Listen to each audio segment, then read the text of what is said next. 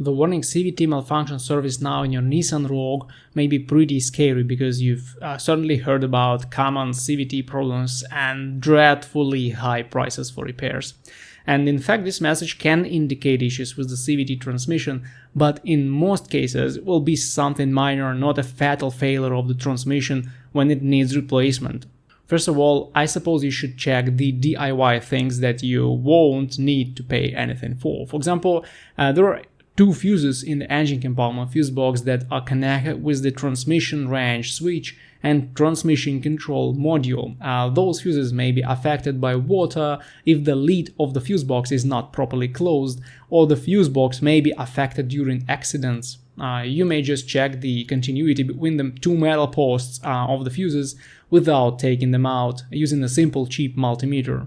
Secondly, this message may be related to the battery failure. The transmission control unit is a very voltage dependent part, and it may throw all kinds of warnings if the voltage in the system drops a lot. You may want to check the battery with a load tester, or just take the car to a good store that sells batteries and they will check your battery for free.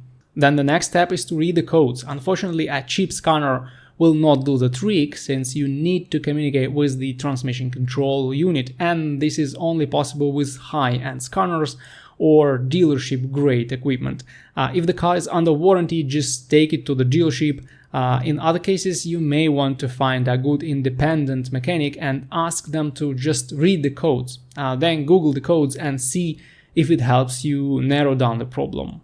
Also, if you still get generic codes or no codes at all, this may be the problem with fluid contamination or a low fluid level in the transmission. Experts advise changing fluid and filters in Nissan CVT transmissions at least once every 40,000 miles, otherwise the fluid may get thick and contaminated, or the level may drop. Since you don't have an option of checking the fluid level in modern Jetco transmissions, I would just take it in for an inspection.